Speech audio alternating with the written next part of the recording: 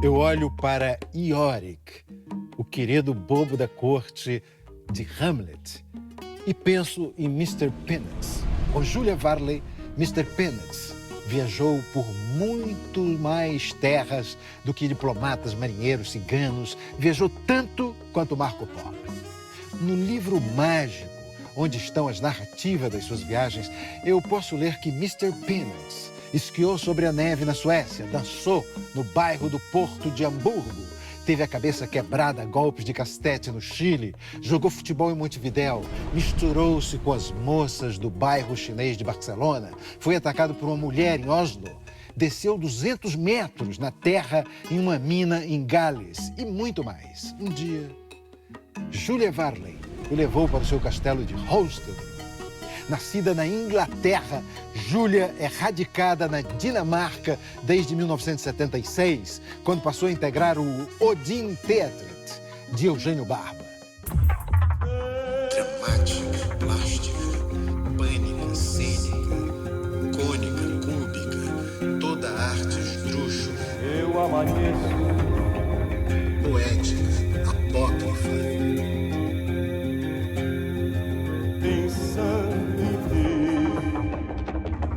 Eu canto a arte elástica. Boa noite. Boa noite. Sim. Júlia, em que idioma a gente vai conversar? Português, espanhol, sânscrito, grego?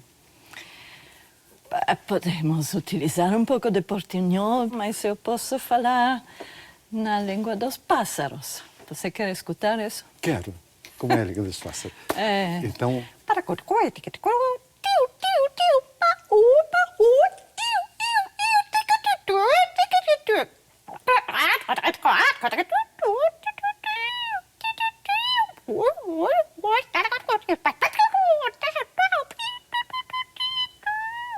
Todo mundo entendeu, não é? Porque... Mas, de qualquer jeito, se não entender, a gente vai legendar. Essa vai ser a primeira vez que eu vejo subtítulos na língua dos pássaros. Gostei muito de saber tudo isso que você me disse na língua dos pássaros. Bem, você tem que responder na mesma língua, então. Tá bom. Uhum. Uau. Eles conversaram, os pássaros conversaram, agora nós conversamos. O Odin fez 50 anos em somos 2014. velhos. Somos velhos. Como é que o Odin mantém a sua juventude? Que chá vocês estão tomando? Quando eu tenho que explicar um pouco esse momento do grupo, eu faço o exemplo de uma exibição de pinturas de Picasso, que eu vi em Nova York, e que foi as pinturas que ele pintou depois dos 80 anos. E quando vi essas pinturas, eram como cheias de alegria, de ganas de viver, e ao mesmo tempo que ele não tinha que demonstrar nada. Não importava a técnica, como estava pintado, mas tinha mais essa grande ganas de viver. E acho que Odin, que passou por o tempo de conquistar a própria técnica, de conquistar o próprio espaço, e depois do tempo da responsabilidade, até muitos outros grupos que olhavam para o Odin Teatro como uma referência. E agora é como se podemos voltar crianças e brincar mais com o fazer teatro, né? E reencontrar essa ganas de viver e saber que também é um privilégio enorme de viver fazendo o que escolhemos, que é fazer teatro. E tem também, quando fizemos a festa dos 50 anos, que foi em 2014, e organizamos um grande espetáculo, um espetáculo onde apresentamos muitas cenas de velhos espetáculos do Odin Teatro. Então, no final, o que fizemos que todos os costumes, os figurinos e os objetos que utilizamos tinham crianças que hemos convidado para festejar, e eles tomaram todos esses figurinos e botaram dentro de um buraco na terra, para sepultar, para enterrar. E pusimos terra e depois acima construímos columpio, se diz? Um balanço. Um balanço. Então, isso é como o signo para o futuro que vai passar. Eu acho que é hoje em teatro que fica em cima desse balanço, continuando a fazer do teatro.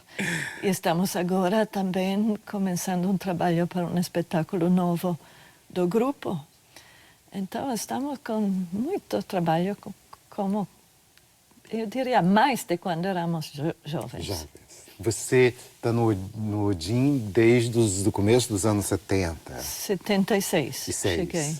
O que me encanta também no Odin, fora tudo, além de tudo, é também esse repertório universal. Digo isso me lembrando uma época que o Eugênio se interessava pela coluna Prestes. Ah, sim. Não é? Sim, porque isso foi para o espetáculo Mitos. Porque ele estava muito fascinado deste exército que andou por todo o Brasil e caminhou.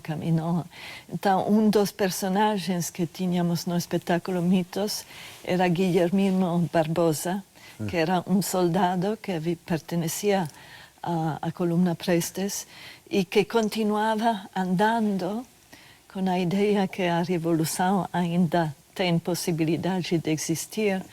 E o espetáculo Mitos era um espetáculo onde era o enterramento de uma canção, que era a Internacional. Então, o que passa no momento que a história fica mito? Então, ao redor desse personagem estavam muitos personagens da mitologia grega.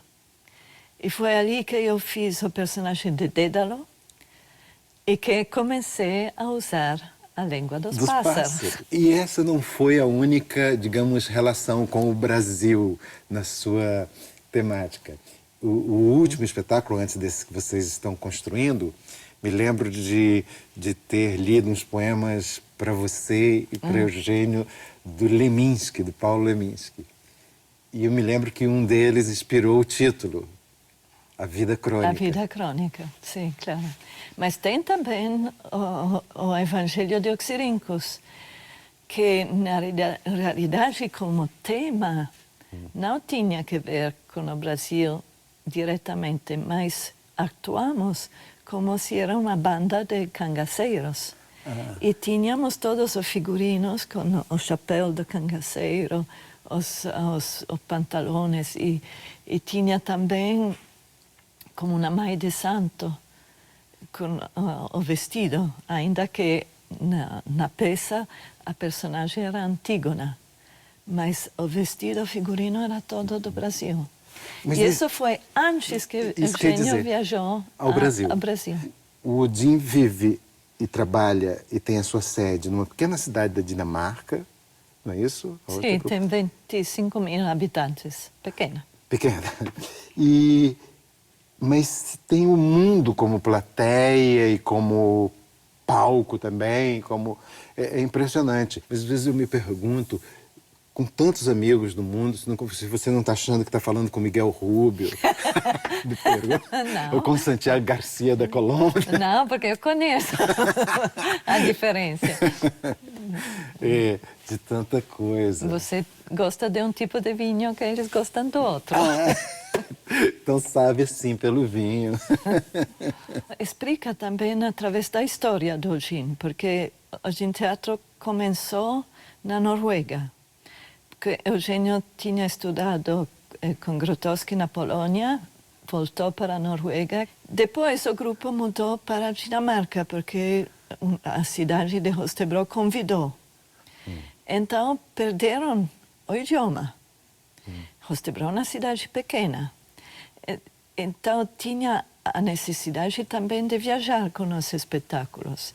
Então teve toda essa técnica também de como você faz um espetáculo que pode apresentar em diferentes lugares. Ainda eu estou mais especial porque eu sou inglesa, mas vivi na Itália, então fiz as escolas em italiano e moro na Dinamarca desde quando tinha 22 anos, então a minha língua muda todo o tempo. Os espetáculos do Odin são feitos geralmente em inglês, francês, espanhol, italiano e... Russo. Russo também? Já Mas- fez algum em russo? Foi um espetáculo sobre Dostoiévski, A Casa do Padre, do pai.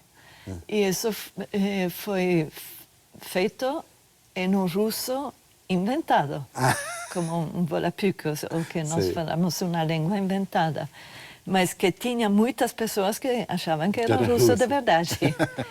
O espetáculo Evangelho dos Xiringus foi feito em copto, que é uma língua do Antigo Egito, que é uma língua morta, mas porque foi a língua usada por os primeiros cristãos. Cosmos foi feito que cada ator falava a sua língua. Depois tem, por exemplo, Ciências de Brecht, tinha um personagem que era Brecht e ele falava sempre alemão. E outro personagem que era Mackie Messer traduzia o alemão até a língua do lugar onde apresentamos o espetáculo. Então tem muitas soluções diferentes para... Mas apesar disso, vocês, o mesmo espetáculo, um espetáculo que seja feito numa língua só, por exemplo, Sim, vocês podemos fazem em traduzir. francês, em inglês... Italiano. Isso, italiano. O fato de mexer no idioma perturba, renova... É uma questão de tempo, porque quando você cria um espetáculo e faz como o comportamento físico e você põe um texto, é como se você tem que encontrar a sincronização entre essas duas possibilidades expressivas, da voz, do texto, da palavra e também do corpo. Quando você muda de língua, é como se a boca fica lenta, não chega a tempo. E ali é só repetição, repetir muitas vezes, até que é o corpo mesmo que lembra. E claro, tem toda essa problemática da musicalidade. Quando você fala, tem a música da fala. Para mim, os ossos, como a estrutura que mantém a língua, não é tanto na língua mesma, mas no meu corpo. Então, é como se o sustento, a maneira de falar, nos pés, na realidade. Isso escrevo muito no livro. Temos que interromper o programa. Os marcianos invadem a Terra. Orson Welles mandou os marcianos embora. Volta o programa. Júlia, queria agora conversar um pouco sobre um outro tema a que você se dedica também viajando o mundo. Essa sua consciência do feminino, do universo da atriz e da mulher, tem sido para você digamos, um caminho, uma política, uma estética muito grande, e você tem feito encontros e participa desse projeto que chama... Magdalena Project. The Madalena Project. Que é uma rede de mulheres. Isso começou em 86, então já tem 30 anos de atividade. Essa preocupação surgiu quase por acaso. Foi durante um festival na Itália, onde tinham vários grupos presentes. E estávamos trabalhando para um espetáculo a fazer juntos. Então, durante uma pausa, falamos, que bom, não gostou muito isso de trabalhar juntos, queremos fazer outro. E no momento de dizer queremos fazer outro, pensamos, não, pero a próxima vez não convidamos os grupos inteiros, mas só as pessoas dos grupos que gostamos. E quando dizemos isto, o que realizamos é que a pessoa que gostávamos eram as mulheres. Por quê? Porque era um tempo que as mulheres nos grupos de teatro como se tinham muita mais curiosidade e necessidade de intercambiar, de trabalhar também. E ali surgiu a ideia. Vamos a fazer um encontro com as mulheres do grupo de teatro. E quando fizemos o primeiro festival que organizou Jill Greenhalgh em Gales, em Cardiff, depois, no final, fizemos como uma ronda, onde não tem tanto isso de discutir, eu tenho razão, eu penso isso, você não, né? Mas mais como testemunhos de que cada uma diz o que quer dizer nesse momento. Ali era muito evidente que as mulheres que foram ao festival sentiram pela primeira vez não só sozinha. As minhas preocupações, as perguntas que tenho, as coisas que quero trabalhar, têm possibilidade de encontro com outras. E isso é como uma busca de uma língua pessoal. Para mim foi também uma curiosidade. Eu, quando em teatro, eu viajo muito, escuto as palestras de Eugênio. Ele fala muito da história do teatro. Então, fala de Stanislavski, de Meyerhold, de Coupeau, de Grotowski, de Artaud. E sempre me perguntava, mas as mulheres onde estão? Por que elas não estão presentes na história do teatro? E tive uma resposta quando morreu Sanjukta Panigrahi, que é a bailarina clássica indiana que fundou a ISTA com Eugênio.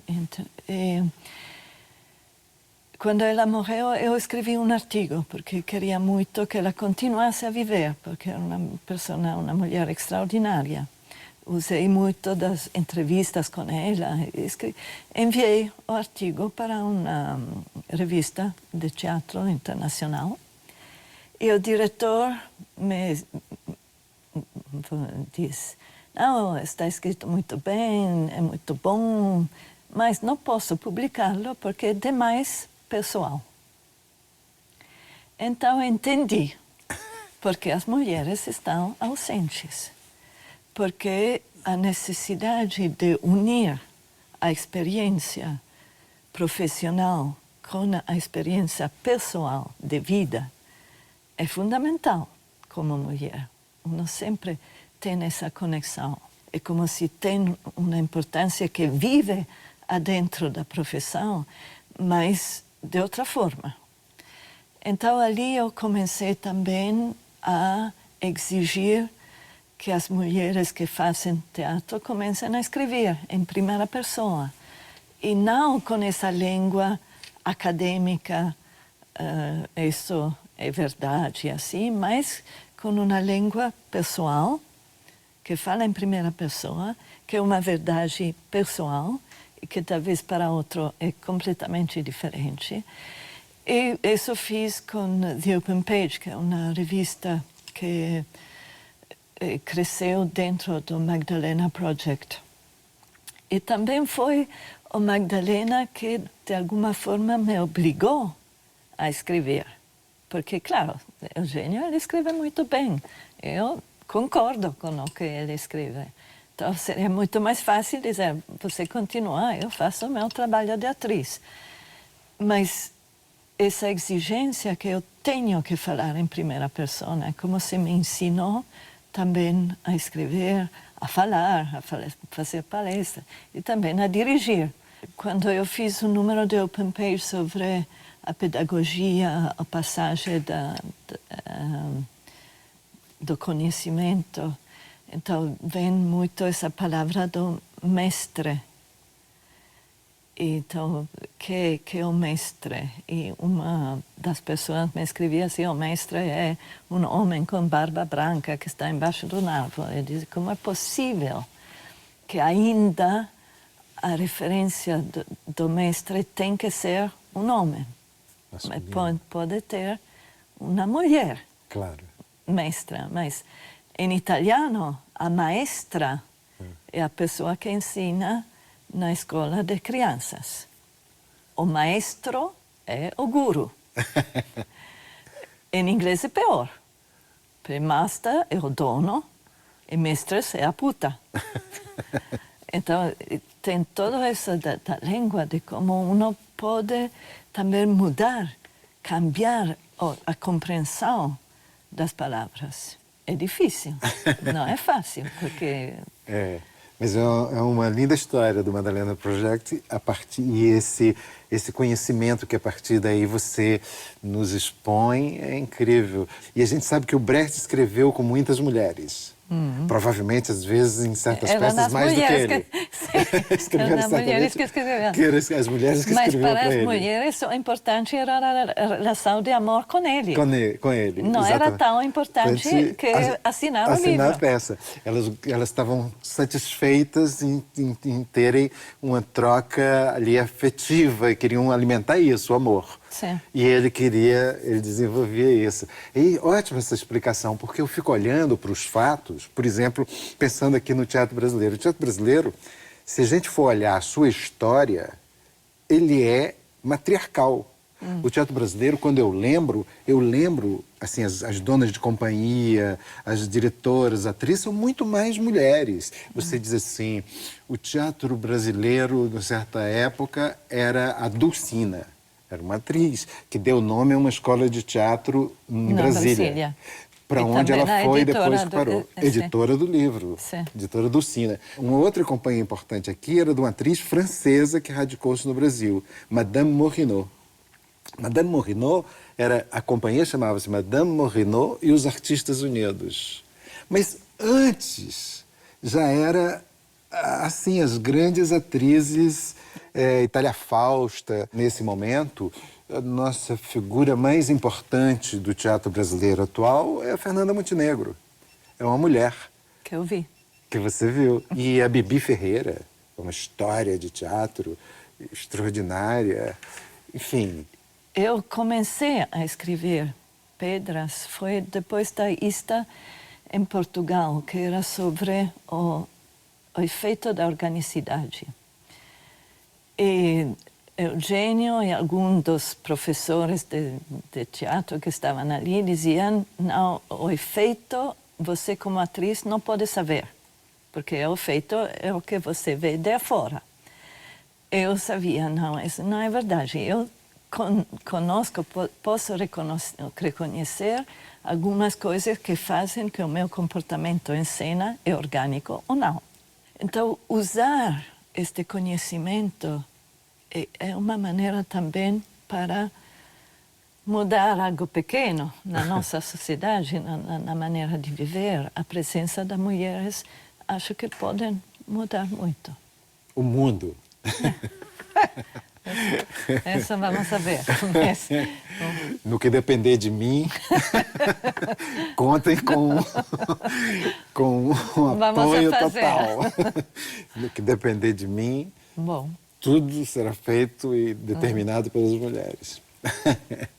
A gente teve aqui, Júlia, o Mr. Peanuts nos assistiu, mas pouco se manifestou. Teve uma experiência que foi importante, porque fui com ele em Pernas de Pau a uma casa de velhos. Eu pensei, não, isso não é possível. Vai ser muito duro para eles ver o personagem da morte. Mas todos os velhos dessa casa de velhos foram felizes e brincavam e riam. E então descobri de verdade que ele está cheio de vida, de vitalidade, de curiosidade. E com ele eu tenho a possibilidade de fazer coisas que eu não posso. Brincar com os policias, por exemplo, não? Tomar o chapéu de um polícia. Isso na rua. Mas também no espetáculo... Isso ele faz? Sim, você ele vai faz. com ele chira o chapéu do... Do polícia, sim. Faz muita coisa que eu, como Julian... Ele foi, inclusive, atacado por guardas no Chile também, sim, né? Isso foi ainda durante a ditadura de Pinochet. De Pinochet. Quando você viaja com ele no avião, como é para passar naquelas coisas de passagem que te veem tudo, não estranham? Sim, no security, especialmente na Alemanha, muitas vezes me param e tem que controlar que não é de verdade. Então, põem um papel assim, mas no momento eles estão mais interessados nas coisas elétricas, então... Júlia, muito Já. obrigado, Mr. Peanuts. Foi um prazer recebê-lo aqui. E Muito prazer, Aderbal. Vou te encontrar novamente, muito pronto. e tomar um vinho. Um tanat. Um tanat. Júlia e o Odin Teatret. Júlia e o Teatro de Mulheres. Júlia e as suas muitas amigas no mundo inteiro com quem organiza encontros em que a arte, o teatro, a política são vistos pelo olhar iluminado das mulheres. Júlia poeta, que não se declara poeta, mas ouça a sua poesia. Uma formiga se apressa para atravessar minha folha branca. Às vezes barra no lápis, depois desaparece. Cada folha de grama sob a página é diferente. Uma formiga não segue a forma das palavras que escrevo, mas outro percurso todo seu, aparentemente caótico e irregular.